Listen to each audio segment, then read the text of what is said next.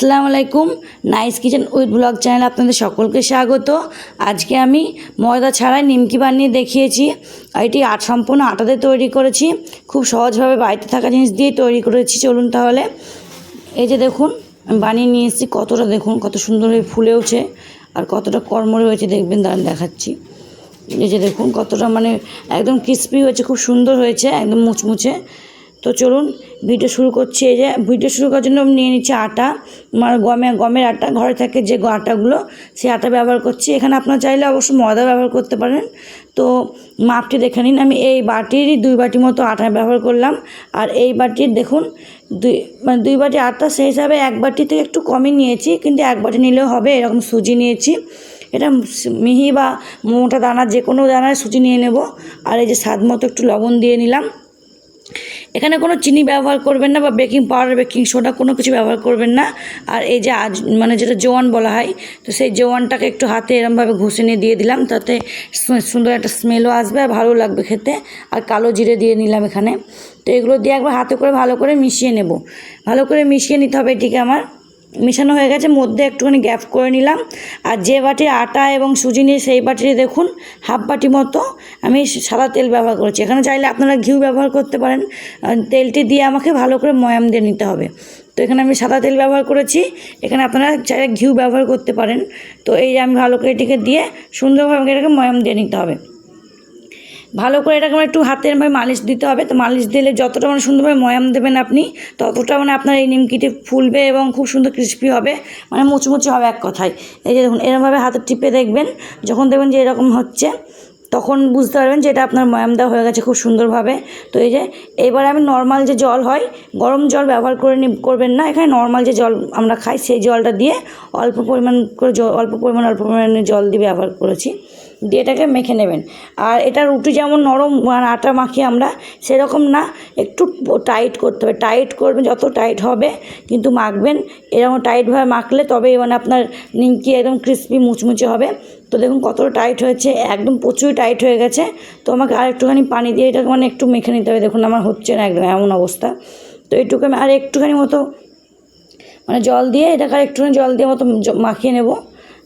তো বেশি নরম করবে না, রুটির আটা যেমন আমরা নরম করি সেরকম নরম করবেন না, তাহলে কিন্তু লুচির মতো হয়ে যাবে, ক্রিস্পি হবে না। তো আর এই যে এরকমভাবে মেখে নেবেন, একটু টাইট করে মেখে নেবেন। এই যে, আর এটা আপনার আটার আর সুজি দিয়ে বাড়িতে যখন তখন বানিয়ে নিতে পারবেন সহজভাবে। আর এটা আপনার বাচ্চা হোক বা যেই খাক, কারো পেট খারাপ হবে না এবং ভালো থাকবে। বাচ্চাকে আপনি সহজভাবে দিতে পারবেন, বানিয়ে রাখতে পারবেন, সন্ধ্যা চায়ের সঙ্গে খাওয়া যাবে। তো আমি এটা ঢাকা দিয়ে 10 মিনিটের জন্য রেস্টে রেখে দিলাম। আর যেখানে তেল দিয়ে নিলাম ভাজার জন্য, তো এটি রেস্টে 10 মিনিটই রেখেছি। তারপরে যে চলে এলাম, 10 মিনিটেই সুজিটি ফুলে যাবে। দেখুন কীরকম হয়েছে, দেখুন 10 মিনিট পরে এসেছি। এই যে ওই রকমই একটুখানি নরম হয়েছে। তো এইরকম টাইপের আমি যা দেখাচ্ছি, দেখুন এরকম টাইপের করে নিতে হবে। আমি লেচি কেটে নেব। তো চলুন আমি ছোটো লেচি কেটে নিই পরিমাণ মতো নিয়ে। তো এই যে দেখুন আমি কেমনভাবে গোল করে নিচ্ছি, আপনারা আপনাদের শেপের মতো করে গোল করে নেবেন। আমি গোল করে নিলাম। তো এই যে বাকি লেচিগুলো গোল করে নিই। তাহলে চলুন, কত টাইট হচ্ছে নিশ্চয় দেখে বুঝতে পারছেন। এবার আটা দিয়েই আমি এটাকে বেলে নেবো, কোনো তেল বা ময়দা কিছু দিয়ে বেলবো না, আমি আটা দিয়েই বেলে নেবো, গমের আটা দিয়ে। তো চলুন বেলে নিই তাহলে। এটা প্রচুর শক্ত, বেলতে একটু অসুবিধা হবে, কিন্তু চাপ দিয়ে বেলবেন। চাপ দিয়ে একদম বেলে নিয়েছি দেখুন। আর এটা লেয়ারটা দেখুন কতটা পাতলা, প্রচুরই পাতলাও না, প্রচুরই মোটাও না, একটা যে মিডিয়াম হয় এরকম। তো আমি কাটিং করার সৌন্দর্যের জন্য এরকম সাইড থেকে এগুলো কেটে নিচ্ছি। আপনারা চাইলে আপনাদের কাছে পিৎজা কাটার থাকলে সেটা দিয়েও কাটতে পারেন। তো আমার কাছে নেই, আমি এরকম ছুরি দিয়ে কেটে দেখাবো আপনাদের। তো চলুন তাহলে এগুলোকে সাইডগুলো ভালো কেটে নিই, তারপর আমি এগুলোকে শেপ দিয়ে কেটে নেব। তো এই সাইডগুলো ছাড়িয়ে দিলাম, তো চারকোনা টাইপের হয়ে এসছে। এবার আমি একটু সুন্দরভাবে শেপ দিয়ে নেবো, কেটে নেবো। এই যে সবগুলো কেটে নিয়েছি দেখুন, আমি এরকমভাবে অ্যাঙ্গেল করে দিচ্ছি। আপনারা আপনাদের পছন্দের মতো সাইজ করে কেটে নেবেন। এখানে আমি একটু লম্বা করে নিয়েছি, লম্বা দেখতে ভালো লাগে, তো ওই জন্য আমি লম্বা করে নিয়েছি। আপনারা চাইলে ছোটো ছোটো করে নিতেও পারেন। এটা আপনার যখন তখন বাড়িতে বানিয়ে রেখে দিতে পারেন, অনেক দিন ধরে রাখতে পারবেন। তো এরকম বেলে নেওয়ার পরে একটু এরকম তলা দিয়ে ছুরি ভরে বা চামচ ভরে কিছু ভরে ভেতর দিয়ে এরকমভাবে উঠিয়ে নেবেন। তারপরে এরকম একটা ঝান্না হাতাতে এগুলোকে নিয়ে নেবেন। ওপর দিয়ে একটু দূর থেকে মানে আমি তেলটা দেখুন চেক করে নিচ্ছি গরম হয়েছে কি না। এই যে যখন এরকম কিছু একটা দিয়ে দেখে নেবেন তেলটা এরকম দেওয়া মাত্র তেলটা এরকম ফুটতে শুরু করবে, তখন বুঝতে পারবেন যে এটা তেলটি হয়ে গেছে। এইটা তারপরে এরকম দিয়ে দেবেন, একটু দূর থেকে দেবেন নাহলে তেল ছিটকাতে পারে। তারপরে যেরকম দিয়ে আমি এরকমভাবে নাড়া দিয়ে এটাকে ভেজে নেব। এটাকে এরকম নাড়া দিয়ে ভাজতে হবে।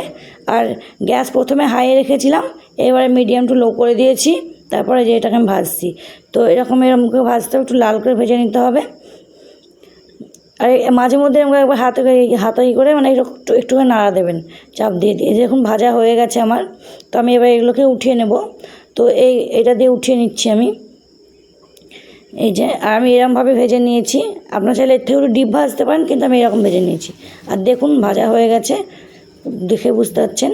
তো ভিডিওটি ভালো লাগলে ভিডিওটি শেয়ার করবেন, কমেন্ট করবেন, আর নতুন হয়ে থাকলে সাবস্ক্রাইব করবেন। সকলে সুস্থ থাকবেন, ভালো থাকবেন, সকলকে খোদা হাফেজ।